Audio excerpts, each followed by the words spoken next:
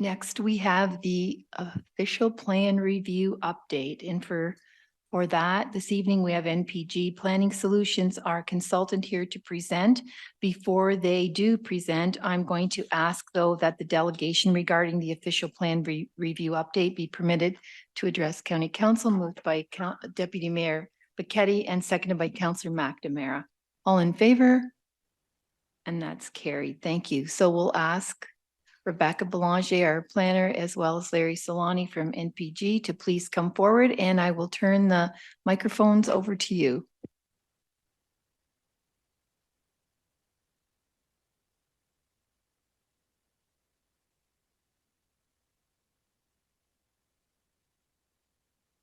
Thank you, Warden. Good evening. The last time that Larry and I were here before Council, along with NPG, was in June for the statutory public meeting to initiate the county's official plan review process. Much work has been completed since June, and we do have Mary Lou Tanner here from NPG to provide a presentation as we're nearing closing out phase 2 of the work program. Thank you very much, Rebecca. Good evening, members of County Council. It's my honor to be joining you this evening, and also watching but not joining as a panelist is my colleague Heather Sewell, who is integral to this project. Could we have the next slide, please? We are here tonight to provide an update on the work that's been done on the official plan process to date, and members of County Council will have seen this graphic with this project being done in 3 phases. But for those of you who may be new to this project, a bit of a recap. Phase 1 was the background review that was done by Miller Solani and growth projections that were completed by Watson and Associates. And the growth projections are for housing, jobs, and population, and they go to 2051. County Council saw those updates late last year and into January of this year as we embarked on phase 2, which is the work that our firm is doing. And we're doing this work in 2 phases. First is the phase we're currently in, which deals with growth management, and it takes the work that Watson and Miller Solani did to talk about how the county is going to grow and how we're going to work with our local municipal partners to manage that growth. The second deliverable in phase 2 is the policy directions report, and it provides policy directions to set the stage for writing of a new official plan. The third phase is drafting and adopting a new official plan. That's the text and mapping and policies, and it takes all of the work in phases 1 and 2 and integrates it into a new official plan. We'll go to the next slide, please. Just as a recap, the phase 1 work, and these are the 2 reports that were completed, and they are available on the county's website under the official plan review. The background report completed by Miller Solani looked at what I call the state of the union in Essex County and the local municipalities and the partnership that exists in planning for the county's future. It looked at the history of planning in the county, how growth had occurred, where growth had occurred, and talked to a number of important stakeholders, such as the Tourism Partnership, Invest Windsor Essex, the Community Foundation, the Health Unit, the Conservation Authority, agricultural producers, and more. And it really brought together all of the important issues and ideas and themes for the county. The work that Watson did, which is shown on the right, forecasted growth for people, housing, and jobs to 2051. This was work that was done to look at a range of scenarios, depending on a number of factors that could impact growth in the future. And because we're looking 30 years out, looking at a range of scenarios is highly appropriate. So these will be referred to as the low, medium, and high scenarios. And again, it's for people, housing, and jobs. Go to the next slide, please. The phase 2 work, the growth management report, is going to build on the phase 1 report. And more specifically, the growth management report looks at the people that we are expecting, the housing units that we're going to need for those people, and the jobs that are going to come to the county. Where is that going to be? And do we have enough land to accommodate all that growth? We will look at a number of options that I'll touch on in a minute to assess growth management within the county. The policy directions report looks at a series of important matters on how we build the county's future and plan for the county's future. Things like where growth is going to occur. What kind of transportation network do we need? How do we implement the active transportation plan in the official plan? How do we continue to support the agricultural sector and invest in the agricultural sector from a policy basis? What do we do about natural heritage, ensuring strong protection of the county's natural environment? These are all important issues in implementing growth so that we reflect not just the importance of these matters, but also that these are priorities of the community and council, as was communicated in the phase 1 work. We'll go to the next slide, please. Just as a reminder, these are from the Watson report. And the county is going to experience growth, and every municipality is going to experience growth. Watson's forecasts range from 100 people to 315,000 people to 2051. That translates to just over 101,000 households to 124,000 households. And their job forecast ranges from 107,900 to 124,200. And that's jobs both within what we consider traditional areas where employment occurs, but also the agricultural economy as well. We'll go to the next slide, please. Some of the important things for all of us to remember as takeaways from the earlier work. All of the municipalities and the county will grow across all of those aspects: population, housing, and jobs. There will be more population, and the county and the municipalities are going to grow at a greater rate than was experienced in the past 20 years. More housing is needed for the range of population and the demographic changes that we are seeing, particularly as people choose to age in Essex County and age in the communities that they raise their families in. And more jobs are coming to each community. The question we need to answer relative to growth management is, does each municipality have enough land in their settlement areas for the forecasted housing and jobs? There's a whole method that we go through to do that analysis, and it is a shared analysis with each local municipality. So we're all on the same page about what the information is and the analysis is telling us. We'll go to the next slide, please. In terms of housing, and from the Watson report, we're looking at 3 categories of housing. What we call low density, which is singles and semis, the missing middle, medium density, duplexes, triplexes, and townhouses, and apartments, what we call high density. But it's all within the context of the county. So high density apartment housing in Essex County is not the super tall buildings you may think of when you're entering the GTA. It's really what we see in terms of development in the county already: 4, 6, 8-story buildings with surface parking. When we talk about high density apartments or apartments in Essex County, it's important to remember that we are dealing with apartment buildings in that 4 to 8-story range. We'll go to the next slide, please. The land needs for jobs we look at separately from housing. So we do an analysis for housing needs and we do an analysis for job needs. The number of jobs comes from the Watson report. And you'll see as we go through this work, we characterize them this way for what's occurring in the settlement areas: industrial jobs, the traditional manufacturing, warehousing, transportation, logistics. We call them employment land. The commercial is population related. It's the commercial services. It's things like the shopping mall you see the graphic of. It's the business services, the dentist, the doctor, restaurants, the dry cleaner, the banks, all of those services that people need in their lives on a daily and weekly basis. And then we also include the institutional jobs, which are things like urgent care centers or a children's aid society, a nursing home. Those are all jobs that do occur where people call home. So we want to make sure that we're reflecting the need for those jobs in our jobs analysis and the land need for jobs. Let's go to the next slide, please. In looking at how and where growth can occur within the county, we need to assess a different range of densities. So we've selected 4 options that we think reflect realistic potential for assessing growth in the county. The first is what we looked at as essentially the status quo, and that's on the left-hand side of the slide. It's the historic densities for housing and jobs, and this is where the county has come from in the last 20 years. The second one we looked at is no expansion of settlement areas. So the land boundaries are fixed. And what does that mean?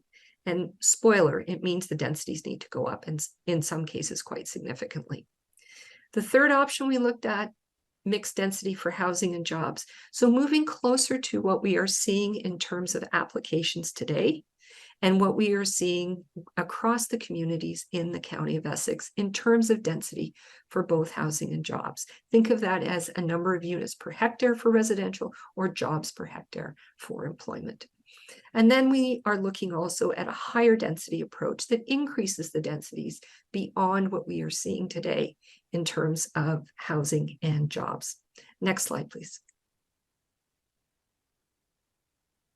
Some key takeaways and early findings. As I've mentioned before, every local municipality is growing. The Watson forecasts are very clear that there is growth coming to every community within the County of Essex. No surprise, and you heard it in the earlier presentation, housing affordability is key.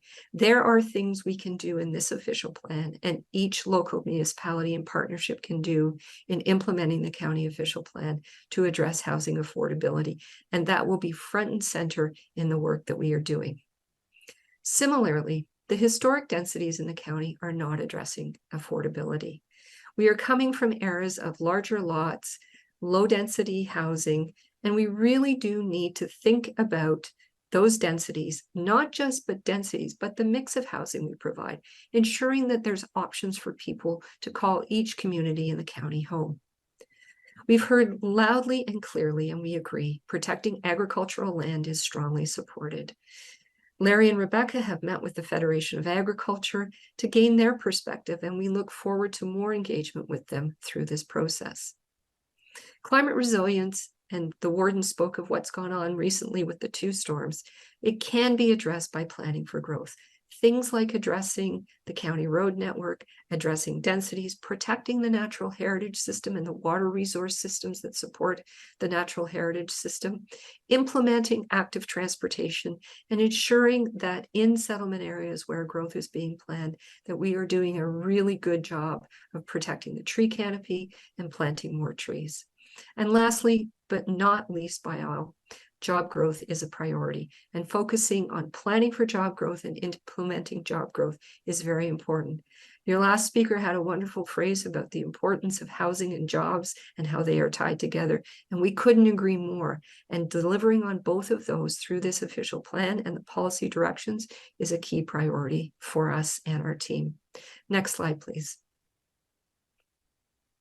There are a lot of really wonderful things that are working well in the official plan. The first, I think, is the strong partnership and shared responsibility for planning for growth with each local municipality. This is truly a partnership model that is very, very successful in investing in the county's success and each community's success. The natural heritage system and the policies in the current official plan are some of the strongest that we've seen across Ontario, and that is a real credit to the work that's been done to date, with more work to come with some mapping projects that you've funded. There is a strong commitment to agriculture in the county official plan, and we agree with that, and we certainly want to reflect the perspective of the Federation of Agriculture and their input in ensuring that that strong commitment carries forward. And the firm settlement area boundaries are a hallmark of the plan. So ensuring that you are planning for growth and delivering the services within those settlement areas that people expect: the parks, the roads, the trails, the community centers, housing, jobs. All of that is really important in implementing those firm settlement area boundaries. Next slide, please. There are areas that need additional attention in the official plan. First is the shared commitment to housing affordability. And I will say, absolutely, there is a shared commitment to housing affordability between the county and all the local municipal planning staff that we have been working with. And we want to capture that and ensure it's reflected in the official plan. Prioritizing jobs, ensuring employment land is identified particularly, and that it is supported to be developed and delivered on in terms of those jobs. We really believe that stronger agricultural policies are an important priority.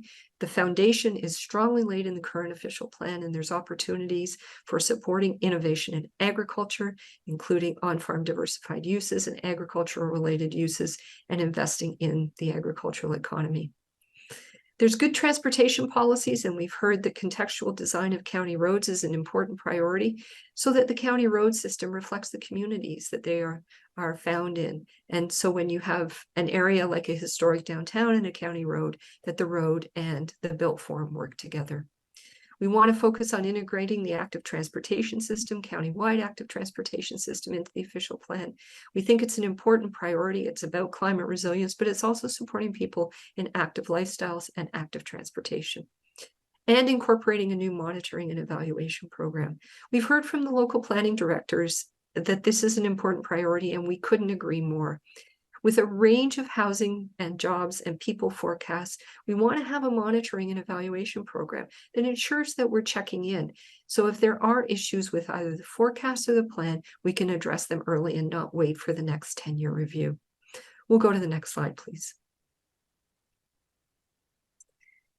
As I've mentioned a couple of times, the partnerships are key to success. We are very, very fortunate to be working in a strong partnership model with each and every local municipality. To date, our team in phase 2 has had 2 meetings with what we call the Technical Planning Advisory Committee, which is the lead planning staff from each municipality. And we have had additional meetings with each municipality, 2 per municipality for 14 in total. We'll go to the next slide, please. We have more work to do in phase 2. We have upcoming TPAC meetings, some First Nations engagement that we want to continue building on the work that was done in phase 1. We've had early outreach with the City of Windsor staff through Rebecca Belanger, which we greatly appreciate and look forward to communication with them. The Community Stakeholder Advisory Committee, we will be meeting with shortly to follow up on the work in phase 1 and share with them the work that we're doing in phase 2. And continued engagement with Ministry of Municipal Affairs and Housing staff, as the ministry is the approval authority for the official plan that will get adopted next year. Next slide, please. Our next steps are these. We are going to be finalizing the phase 2 reports that I mentioned earlier. We're doing this after the consultation that I just mentioned that is upcoming. Most importantly, we want to be able to have further conversation with the local planning staff in each of the municipalities about the policy directions and the growth management work so that we are reflecting their feedback into those reports. It's simply going to make the report stronger and better, and it's an important piece of work for us to do. We will be releasing the phase 2 county reports to County Council for your November 1st meeting so that we can have a further conversation about those. And as we start to draft the new official plan in Q4 of this year, we'll be bringing a draft and then a final version for you in Q1 2024 for your adoption. Next slide, please. I want to thank you for your time this evening. Warden McDonald, I'm happy to answer questions people have. Thank you, Mary Lou. Appreciate that very much. Interesting and concise. Are there any questions for Ms. Tanner? We'll start with you, Councillor McNamara. Yeah, thank you very much, Madam Warden. Well, thank you for for the report to date. Couple of points or observations that certainly I want to make as well is that when we look at the population increase that we're looking in the next few years, it's really aggressive. When you look at the numbers, is there, I believe, an opportunity? We have just finished our strategic plan, or a couple of weeks ago that we were here in that, and I can see where there's going to be a huge demand in the growth of the county. And if you look at the lower tier municipalities in that, there's a huge requirement for infrastructure and the resources to do that. And it's nice to have the the new assessment and so forth. But when you look at the impact that growth will have in the community, like on arenas and cultural centers and parks and your potable water, your sanitary, all of those. I know it's the lower tiered piece and so forth, but to build that up to the roads required, we're starting to see our roads now, and some of them are at sometimes during the day, they're at capacity. And when you identified the partners that were there, I think there's 2 really important partners that are kind of left out: provincial government and the federal government. And why I say that, it's going to take some resources from them to help, in particular on the infrastructure side. What I like about the plan itself, identified increase in density. The day of the big estate lots, I think, are should be behind us. We need to be using infill density. All of that is in the report, which I think is using land efficiently. But I think the big piece is the infrastructure dollars that we're going to require. And we all know we still don't know how the province is going to keep us whole. For those who were at the Bear Pit session, the minister was asked that question and never really gave us an answer in that regards, because that's the biggest piece. Affordability to homes, we get that. But what does it really mean on the impact to municipalities? Because regardless of what's affordable, not affordable, the infrastructure required to service those homes is a reality. They still need all of the other soft and hard services that are required when you build a community. And so, again, from our conversation we had on the strategic plan, there's a lot of demands on the county, and there's a lot of dollars that are going to be required, to do that. So somehow I'm going to be curious to see how we can incorporate some of obviously the needs of moving forward in the next 10 or 15 years in the county, and then also the wants that were asked, especially on the strategic plan, to help service those newcomers that are going to be coming into the community. But I think we're on the right direction in terms of density and using infrastructure that's already in place to help support growth.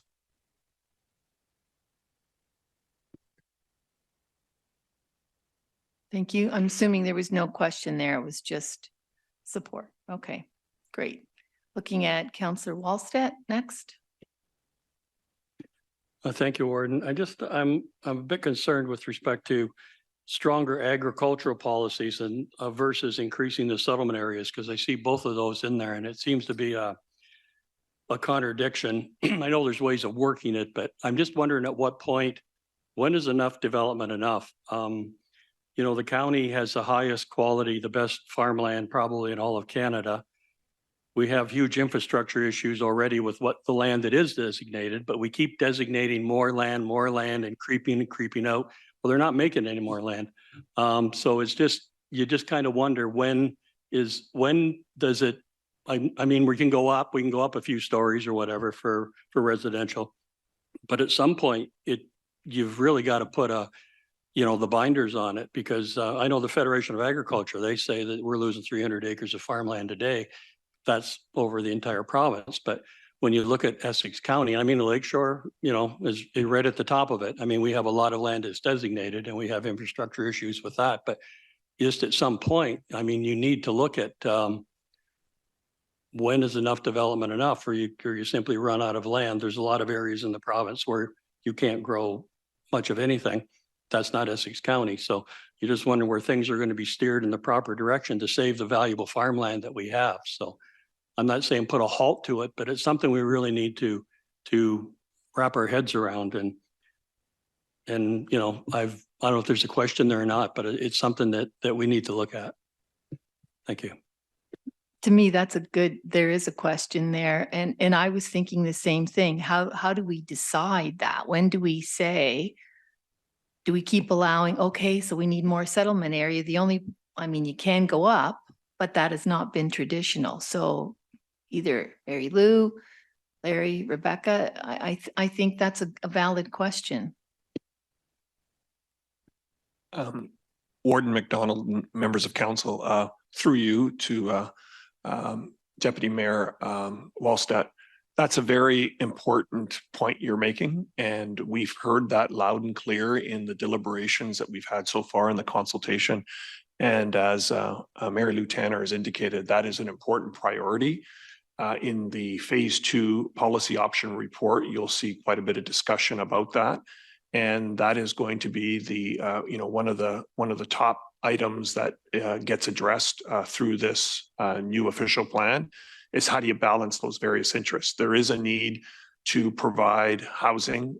Growth is coming to this area for a number of reasons. There are some major economic announcements that have been made and are continuing to be made that are bringing employment, and with employment comes housing and comes additional people and families.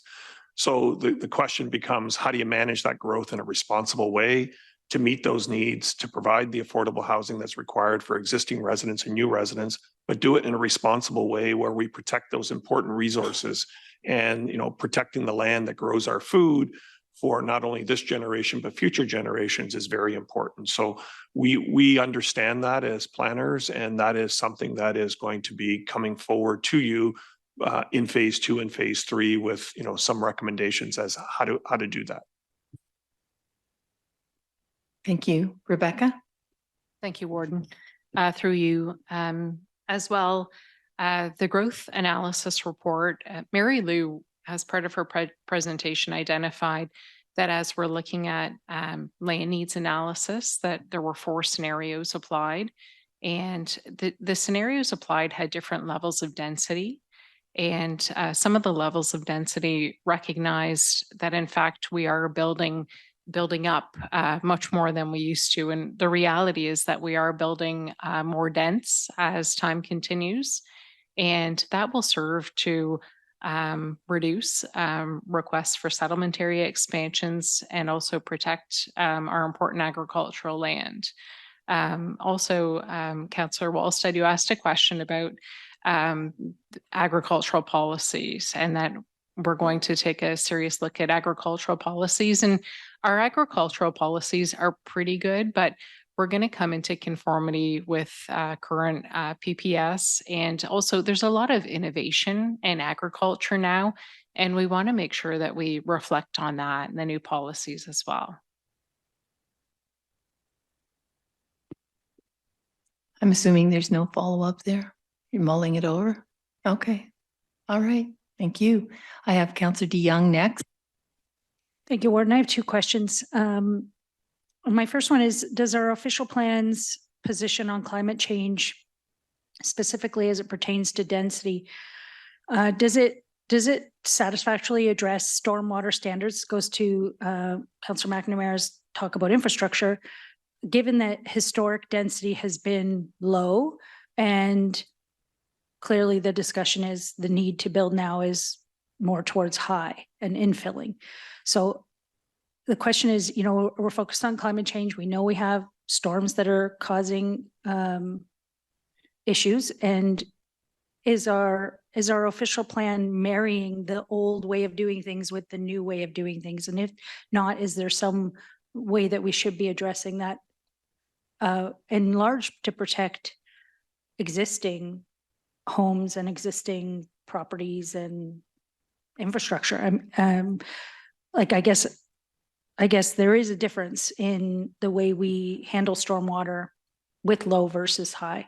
And are we taking that into consideration as we push this higher density? That's my first question. Rebecca? Sure. Thank you, Warden. When we process developments, we're utilizing updated stormwater management guidelines that were produced for the region a few years ago. And that is the most up-to-date, robust standard that we have. We're looking at whether we need to redo those stormwater management guidelines again. And those concepts will be incorporated as policies in the new county OP. As well, we are doing the updates to the shoreline natural hazard mapping, which is largely done and will be completed in March of next year. And the new shoreline natural hazard mapping will then be incorporated into the county official plan as well, which I know is slightly different from your question, but maybe hopefully helpful as well. Your next question, Councillor? Before I get to the next question, a comment on that. So if the stormwater standards are maybe outdated, I think there is a concern that they're not addressing the level of density. That's all. Like, we're pushing this density. and we're dealing with old standards, I think. I'm worried, especially when I see storms like this and what happens, the outcome. So just to comment on that. So my second question is there any way for the official plan to address affordability besides density? So my experience is the density I'm seeing be built is expensive. It's not affordable. So is there another method of addressing affordability?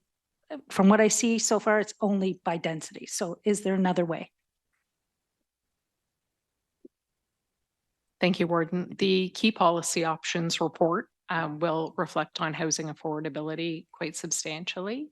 And there are other methods that we will be bringing forward. Thank you. So Councillor Gibb, I have you next. No, thank you, Warden McDonald. But Councillor DeYoung did answer my question for me. I was going to ask. Affordability is on everybody's mind, especially as more growth is coming to the region. Density, increased density is obviously the biggest tool in the tool belt. Obviously, you can't answer other tools, but maybe you could give us some indication of, from a planning perspective, what we could expect as other tools to help address our affordability issue? Rebecca? Warden, would you mind if I have Mary Lou answer that question? Be perfect. Mary Lou? Thank you very much for the question. So just one example is focusing on housing mix. So ensuring that there is more of a mix of low, medium, and high density housing. And that can be done by setting targets, either at the county level or translating targets from the county level through to local official plans to ensure that there's a broader range of housing choice.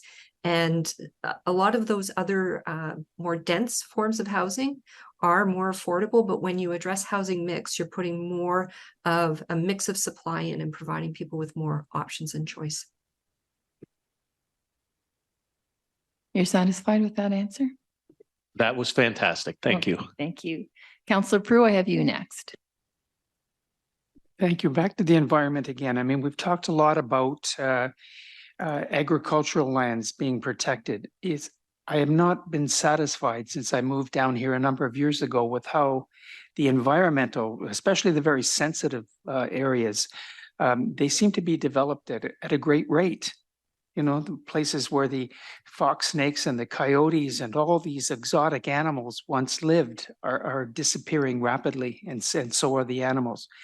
Are we going to be protecting those lands to a greater extent than we have done in the past? Or are we giving them up in order to save the agricultural land? Rebecca, do you want to tackle that one? Sure. Thank you, Warden. As Mary Lou mentioned, our natural heritage policies are actually very good. We went through a process in 2010 as part of the last county OP review called the Essex Region Natural Heritage Strategy. And we've designated all of the features that were required to be designated. And then the other features based on the provincial policy statement are natural environment overlays. I think the struggle is not so much the county official plan. I think the policies are quite good. I think the challenge is more development pressures and processing planning act applications as opposed to our policy regime. In my opinion, our policies are very good. So to your question, the struggle is more on the end at the time of processing planning act applications. I'm not sure if Mary Lou would like to say anything else on that question though. Mary Lou, did you want to chime in? Thank you. Just briefly, Warden McDonald. I think the other thing that we're cognizant of is farmers are stewards of the land, and there is always natural heritage and agriculture together. We want to ensure that we are supporting both and recognizing that stewardship of the land is a shared responsibility. Further? If I could, it's also an environmental issue. The building code of the province of Ontario is a bare minimum. And it seems that we are guilty in Amherstburg, and I'm sure everybody's guilty of this, is we follow the building code. We don't insist that new developments, new buildings, new apartments have a higher standard. And I'm thinking here in terms of rooftop gardens. I'm thinking in terms of, you know, solar panels on the roof. I'm thinking about hot water heaters. I'm thinking about all the things that could be there to make us more energy efficient and at the same time protect our green space and protect our agricultural land. Is this going to be written into the policy? Because I'd very much like to see us take a lead and not do the bare minimum that the province sets. Rebecca? Warden, if you don't mind, I'd like to have Mary Lou provide some insights on her thinking in the key policy options in this regard. Thank you. Mary Lou, turning to you. Thank you very much, and thank you for the question. We're certainly looking at options to address climate change and climate resilience, and there are things that can be done, and you've identified some of them in terms of investing in green infrastructure and using things like rooftop gardens and green roofs, low impact development standards, which allow for more infiltration of stormwater as guiding policies in the draft official plan. Thank you, Madam Warden. Thank you. I have Councillor Gaffin next. Thank you, Madam Warden. We've been talking about affordable housing for the 9 years that I've been involved, and not one level of government has looked at why we have a housing issue. Between foreign investing and capitalism, we have had an increase of loss of housing. Our municipality has put up 2 apartment buildings. We have 4 in the works.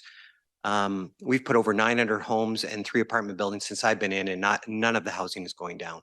We have real history and real data that we can go back on, and it's wartime housing, and not one level of government's looking at the fact that if we start demanding our developers into taking 1/3 of our new developments into smaller lots, smaller houses. They do not have options they do not have a say in those, that 1/3. It is 900 square foot bungalows or 1,100 square foot bungalows on small lots, and they have to be protected from not being sold as rental units. We're lacking on that first time buyer homes and senior homes. And I have been watching it for 9 years. I've been listening to it in other municipalities. You can grow all you want. You can put all the inventory you want. It's not going to fix the problem. We need to give that next generation a little bit of a boost, but we need to control capitalism in the country if we're going to make affordable housing. We're not making any big jumps. My dad said it before he passed away, in politics, local politics for 30 years. Be careful what you wish for. All you have to do is call up Markham, Ajax, any of those other municipalities that were all our size 40 years ago, and they did what the government was forced to do, go up, and they lost that community feel. They got more complaints, they got more demanding. Their pressure points were at the nth degree, and we do not collect enough taxes off of our new growth to cover the cost of infrastructure.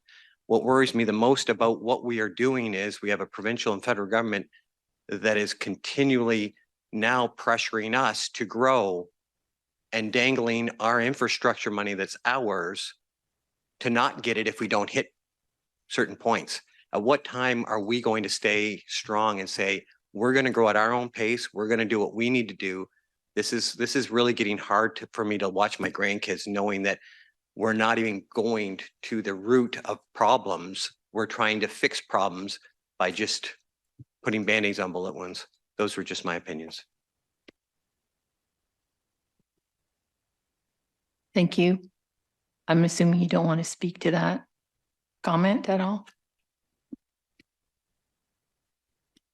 We are definitely taking affordable housing seriously in the key policy options report.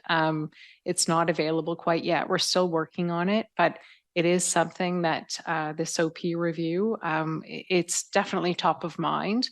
There are other things aside from the county's OP review, other strategies like an affordable housing strategy, other tools available to us as well.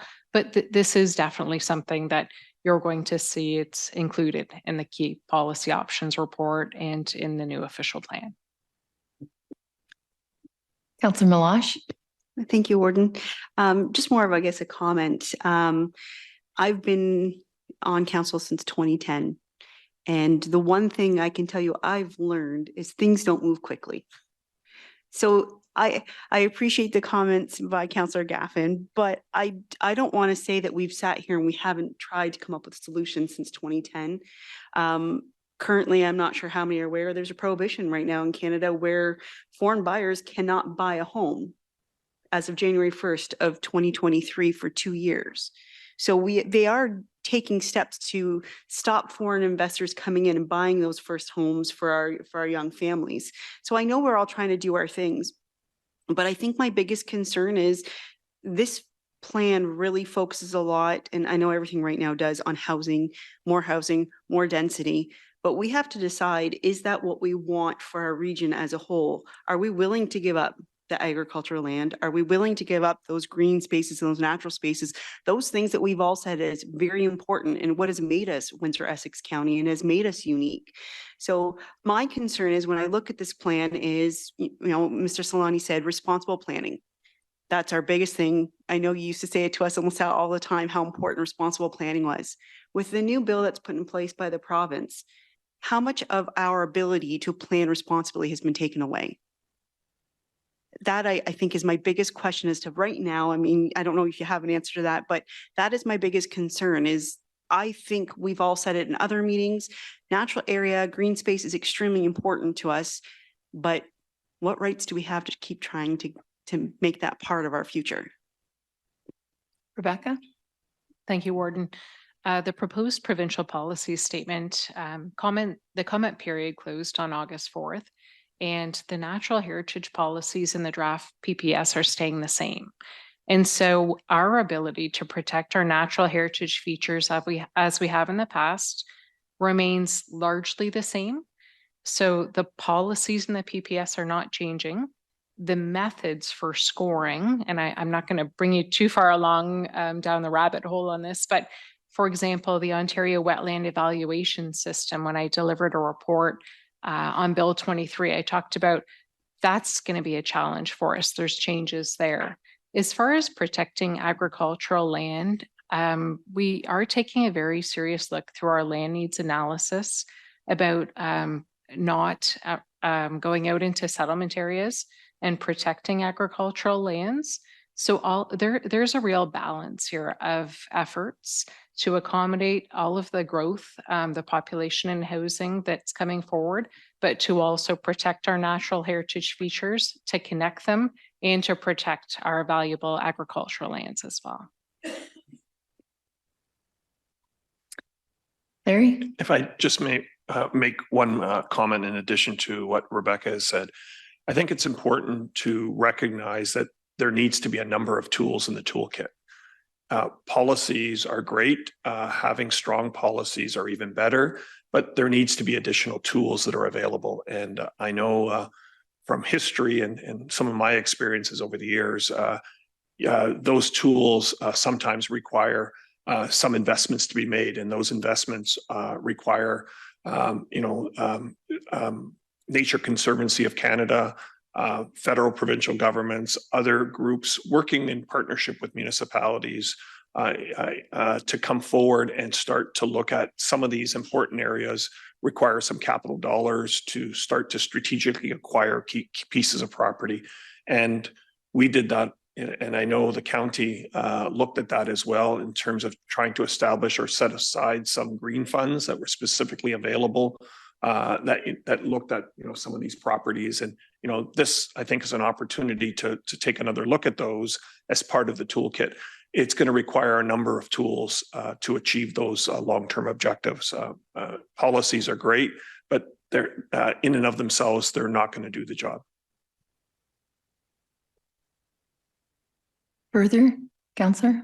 Thank you. So would it be a recommendation as part of this plan to set up some sort of a policy, not really a policy, I guess a fund, I guess you're more or less speaking of, at the county level?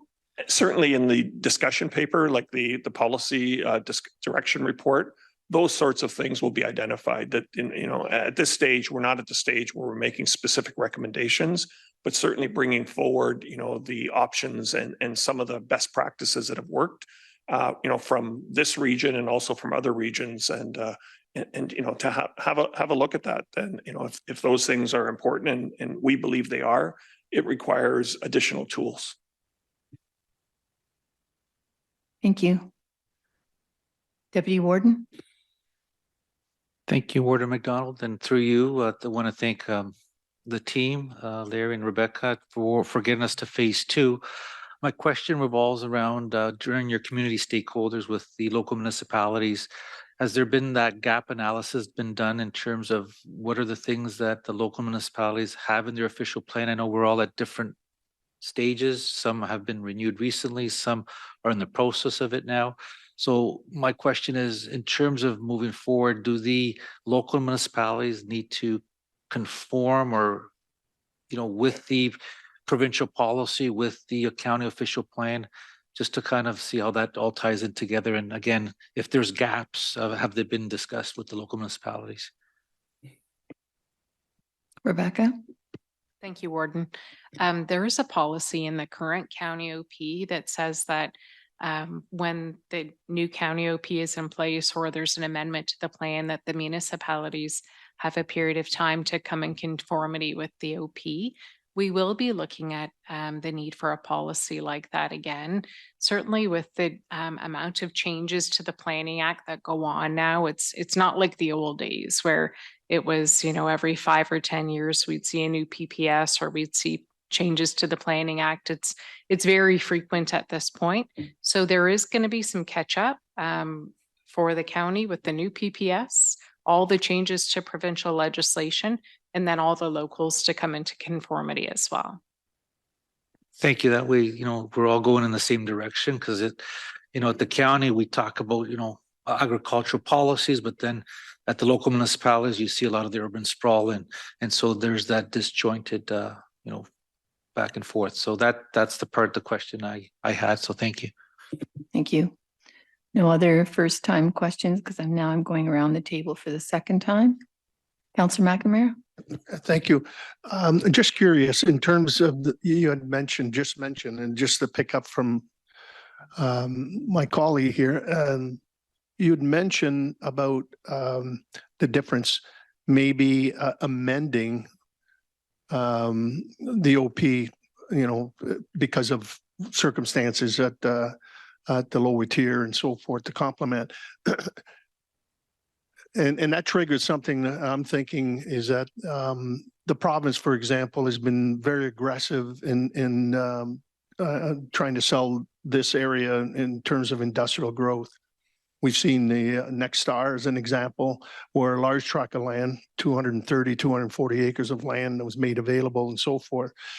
And I don't think that any of our municipalities, except maybe the Brownfield and Amherstburg, but that would have, huge tracts of land for another opportunity. So if the official plan of that's been ours has just been done not that long ago, for example, and we got X and so forth, but I need X, Y, Z. So what you're saying, I can come back to the county and say, I need an extra 400 acres as an example to accommodate an industrial growth. Rebecca? Thank you, Warden.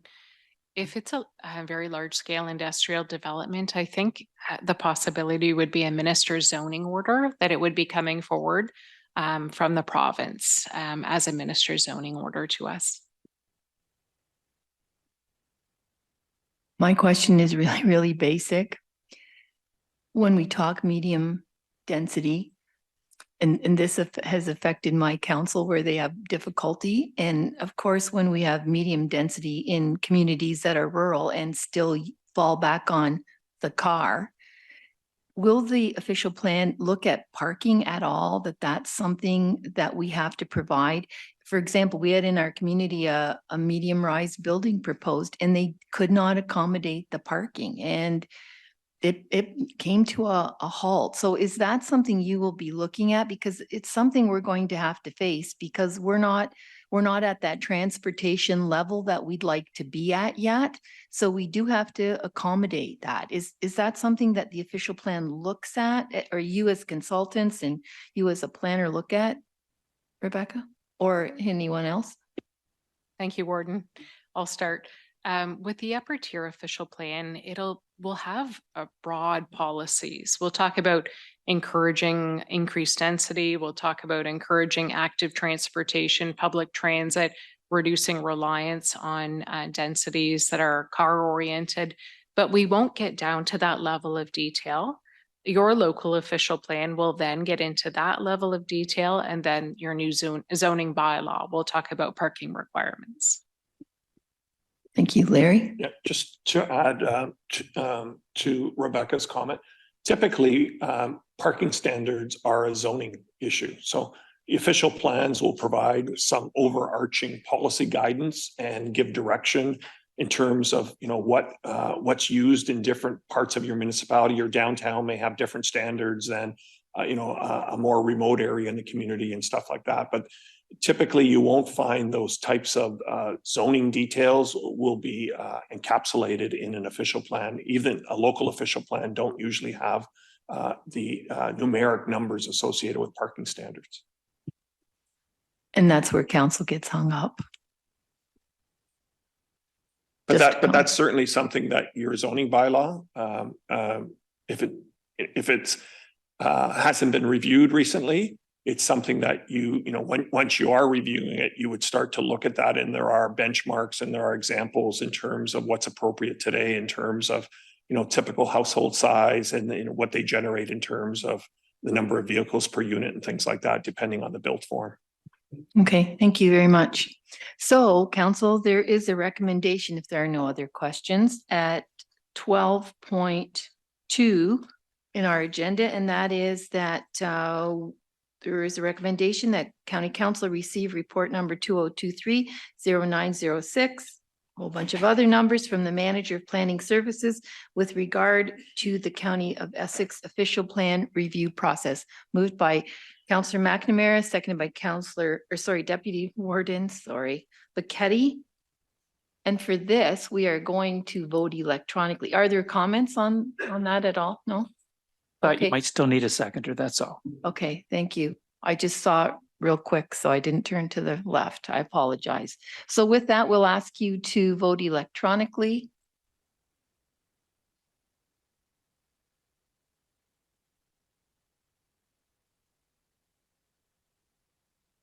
And that is carried unanimously. Thank you, all of you, for contributing. Mary Lou, Larry, thank you for being here. Rebecca, as usual, appreciate your guidance and look forward to the next phase. Thank you very much.